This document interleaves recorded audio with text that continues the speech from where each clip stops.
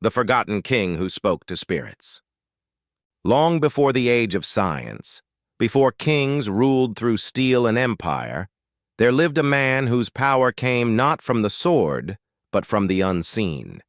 His name was Solomon, son of David, king of Israel, bearer of wisdom so profound that even the heavens listened. But what the scriptures chose to reveal was only half of his story. Behind the verses of peace and prosperity hides a truth too dangerous for temples and too ancient for religion, the truth that Solomon was not merely a king, but a magus. He was a ruler who spoke with spirits. The world remembers him as the wise judge, the poet of proverbs, the builder of the sacred temple.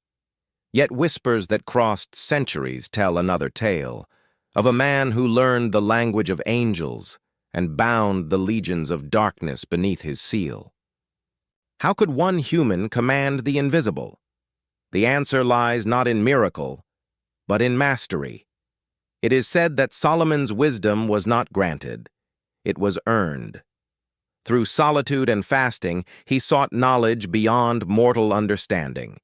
One night, a luminous presence descended, not an angel nor a man, but something in between, bearing a ring of fire engraved with symbols no priest could decipher. With this ring, Solomon was given dominion over spirits celestial and infernal, power to command, to question, to bind, and to learn. That ring became his greatest secret, and his heaviest curse. For every spirit obeyed out of fear, not loyalty, and those who bow through fear always wait to rise again. The chronicles of ancient magic call it the Seal of Solomon, a hexagram between light and shadow. To the faithful, it symbolized divine authority. To the occult, the oldest emblem of control over opposing forces. Those who understood it knew, the same star that binds demons can also shatter the soul that wields it. Solomon's temple was more than stone and cedar. Many believe it a living machine, a sacred geometry channeling heaven and earth. Each pillar, each measure of gold and bronze resonated with cosmic proportion. Some say beneath it lay the 72 seals, the prisons of the spirits he subdued. And yet, Scripture falls silent after that. Did he lose control of the legions he once commanded? Did wisdom turn to obsession? The Book of Kings speaks of his fall into idolatry, of foreign gods and forbidden rites. But perhaps the truth is darker. Perhaps the king who mastered spirits forgot that knowledge without humility consumes its bearer. In the Testament of Solomon, the forbidden text preserved in shadow, the old king confesses how each spirit came to him, revealing power, symbols, temptations. Some offered healing, others wealth or love, but all demanded one thing: attention. And the more he listened, the quieter the divine voice became. Knowledge became noise, power became burden. The king of peace became prisoner of his own wisdom. Legends tell that in his later years, Solomon wandered the temple alone, speaking to shadows that answered back.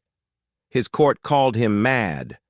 Yet in those whispers, he learned the final lesson, that the greatest chains are forged not in iron, but in desire. Centuries later, mystics and magicians would seek his methods, compiling the Lemegeton, the lesser key of Solomon. Within it, 72 daemons, the spirits once under his command, each one a fragment of human consciousness, ambition, envy, lust, creation, destruction. Solomon did not banish them, he studied them. He understood that to master darkness one must not deny it, but integrate it. That was his true wisdom. Not how to bind demons, but how to recognize them within. To this day, his seal survives across faiths and secret orders, carved on temples, drawn in grimoires, worn as amulet and warning alike. Few recall its meaning. It was never protection. It was remembrance, the divine above, the abyss below, and the fragile mind between. Perhaps Solomon was never meant for peace. Perhaps peace was his experiment, balance between chaos and order. His story endures not because he ruled wisely, but because he dared to face what others feared to name. The king who spoke to spirits did not lose humanity. He expanded it, until angels and demons mirrored the same source. So when you read his name again, remember, wisdom and madness sprout from the same seed. The difference lies only in who dares to listen. And if you've listened this far, perhaps you've already heard the echo. If this story stirred something in you, leave your mark, like the seal itself.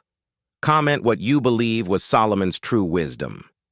Subscribe and join the descent. The next chapter reveals the object that made the impossible possible, the ring of power, forged between heaven and abyss. Until then, keep your light steady. The shadows remember.